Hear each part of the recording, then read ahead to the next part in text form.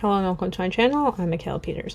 I just got back today from finally seeing some places, and this is the first day that I felt like I was actually on vacation in San Diego, and because I'm traveling back to New Jersey tomorrow, I wanted to try to do a little video today because tomorrow I'm going to need the time to get all my packing and organizing and stuff done. I just hit a trash can. That was that noise if you heard it. Okay, so I got one question about what is a New Jersey life insurance producer, and I'm just going to make a quick video on that for the purpose of being consistent in uploading, and because that's like the most recent question that I read when I quickly looked back at my videos.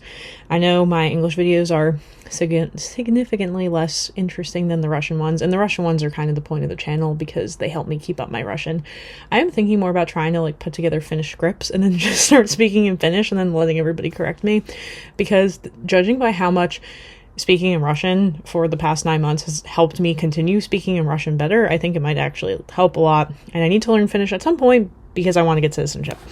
So, a life producer, it's somebody who's licensed by the state of New Jersey. You have to continue your education approximately every 2 years by taking a total of 24 credits, 3 of them which must be ethics. I don't know exactly how that works. I'm sure you have to pay to continue to be licensed. I've already had to pay like $500 to be licensed, and you get paid solely on commission, so it's a sales job.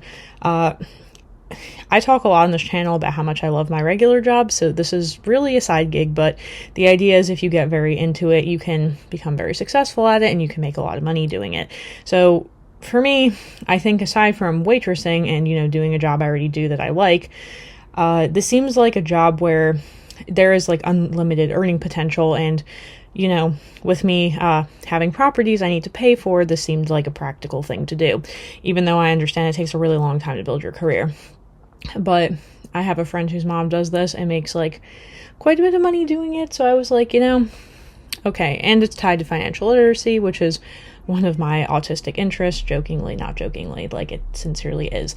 So the whole point of like, what does this person actually do? You have to be licensed in order to sell life insurance. You can also do health insurance too, I think, but that's not the part that I'm doing.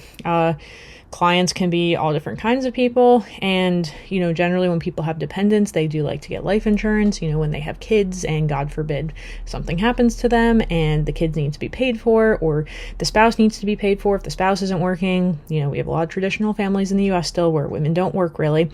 It's really nice that in the event that the dad or breadwinner dies, unfortunately, actually, you don't even have to die. Sometimes you can just like become permanently disabled. That can happen too, and you still have the life insurance there to support you. So it's an insurance program, but for securing future income. God forbid your life is lost and your life still needed to continue to exist to keep supporting somebody. And like I've mentioned, there are a bunch of different kinds. I could get into that later, I guess, because maybe it's interesting to people. It was interesting to me, to be honest. So in addition to, life insurance, which is kind of the primary thing, there are also annuities, which are, designed to generate long-term income during retirement. You can basically buy annuities that will stay good for the entire time that you're alive. You have some that will continue after you die. It really depends on the type of annuity that you buy. But essentially, these kinds of jobs, like, it's beneficial for companies to go and license people because they don't pay you a base salary. It is truly commission, but it's also like you work as much as you want to work. It's kind of like YouTube. It's very entrepreneurial. Like, nobody's telling me I need to make a YouTube video. I just do it and I get paid for it, and maybe I get paid more or I get paid less depending on how frequently I make my YouTube videos. I realize that if I stop making them frequently, I start losing money. So therefore, I keep making them so that I don't lose money.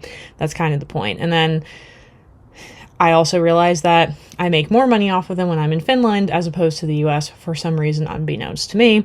And I think that just has to do with the fact that I'm generally in a better mood when I'm not in the US.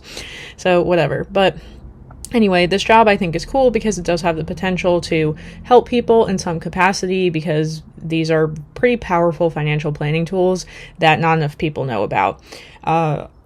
The thing with them is it's not like, okay, because I listen to a lot of financial YouTubers, that's like my interest, and a lot of people are just like 401ks, IRAs, and those are fine and dandy and cool, but those are tied to the stock market, whereas most of these life insurance policies aren't.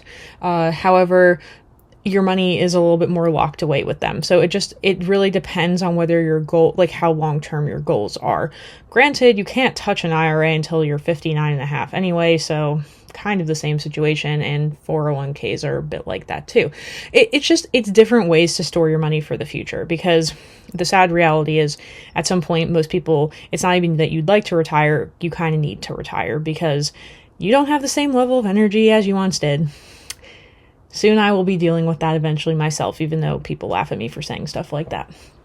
But yeah, so basically you're fully commissioned, you find clients, you sell them policies, and then you get some commission off of the policy. Like, that's pretty much how it works. It's literally just a sales job. And again, it's advantageous for companies to hire you to do this because they don't pay you. You are just paid on the products that you sold. And, if you have a lot of clients and you're able to easily get people to buy from you, then it works. I don't know how that's going to be. I'm pretty successful at being a waitress. Like, people like me, and I most of the time get pretty good tips. So this just feels like another type of job like that. I'm not really sure if like culturally it's going to be a great fit for me, because it's very like,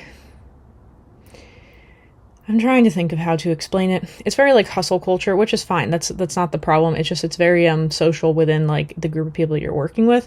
And I'm very just like client oriented and like focused on the thing I'm supposed to be doing. And like, I'm good with clients usually, but with working on a team sometimes, if the task is not clearly defined for me, it's like just being like social without a purpose. This is like truly an autism thing. It's like, what, like, what are we doing here? So yeah, this was kind of a thing that this one girl who was American used to say about Finland. She's like, Finns are very practical, so you need to just go find an activity to do with them. And I'm thinking, this is now another autism joke, like, or is that just autism? Like, because it's like, if there's no purpose in the thing you're doing, you're like, why are we here? I don't know. I don't know if that makes sense. But yeah, like I'm very interested in the products, understanding how the products work, communicating how the products work, and selling them to people accordingly. But like getting into the whole cultural aspect of it, and like, ooh, we're a team, and ooh, let's all hype each other up. Like, that part's a little bit hard for me, not gonna lie. We'll see how that part goes. That's gonna be hard. But essentially, yeah, you're just a salesperson. I don't know what else to say. And again, like, I have a license. We'll see how much I use my license. It would definitely be advantageous for me to at least make $500 from this license, considering that I spent $500 to get this license. I do, by the way, have to keep a liquor license to work at the restaurant. That costs me about $200 every 2 years. But, I make that back, obviously, working at the restaurant. But then I also have to buy uniform stuff for the restaurant. That part always makes me really annoyed. They just made us order a new shirt and then decided they didn't like it. And then they were like, you can return it. So now when I get back to New Jersey, I need to return that shirt because I ordered that shirt there. Anyway, very irrelevant because it's me. But anyway, so yes, you're like a glorified salesperson with a license to be a licensed person.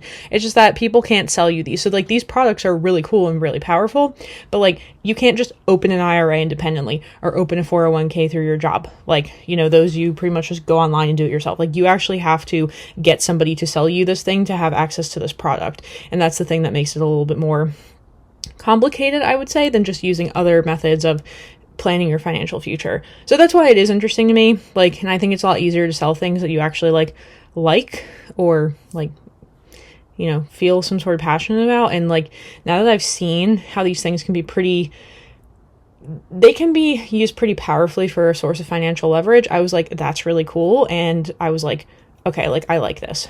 So yeah. All right. So that's where I'm at. Now I got to go do laundry and finally the activities that don't require brain cells. Glorious. All right. Until next time, whenever that is, we'll see. Might need a couple days because I'm going to be super jet lagged here. Yeah. All right. Until next time. Bye.